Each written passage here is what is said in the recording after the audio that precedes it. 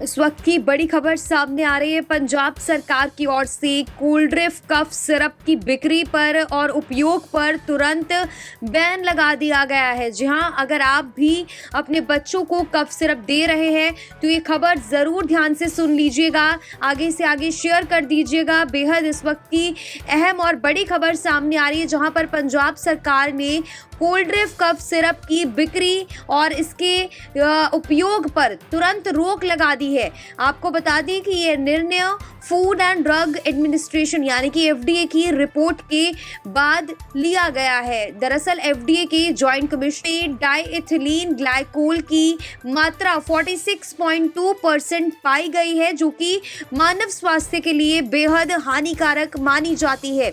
ऐसे में आपको यहाँ पर यह भी बता दें कि मध्य प्रदेश की ड्रग कंट्रोल लैब की जांच में भी इस सिरप को अमानक और असुरक्षित घोषित किया गया था। ये cough syrup Sresan pharmaceuticals number 787 Bangalore highway में तैयार की गई है और ऐसे में पंजाब के एफडीए विभाग ने अब सभी फार्मासिस्ट, वितरक, डॉक्टर्स और अस्पतालों को निर्देश दिए हैं कि अगर उनके पास ये दवा का स्टॉक है, दवा स्टॉक में है, तो तुरंत इसकी सूचना drugscontrol.fda@punjab.gov.in पर भेजें और इसकी बिक्री या फिर उपयोग से तुरंत जो है इस पर रोक लगा देते हुए। बड़ी खबर है क्योंकि मौसम इस तरह का है, तो बहुत सारे पेरेंट्स जो है वो अपने बच्चों को ये कफ सिरप दे रहे होंगे। ये बेहद अहम खबर है।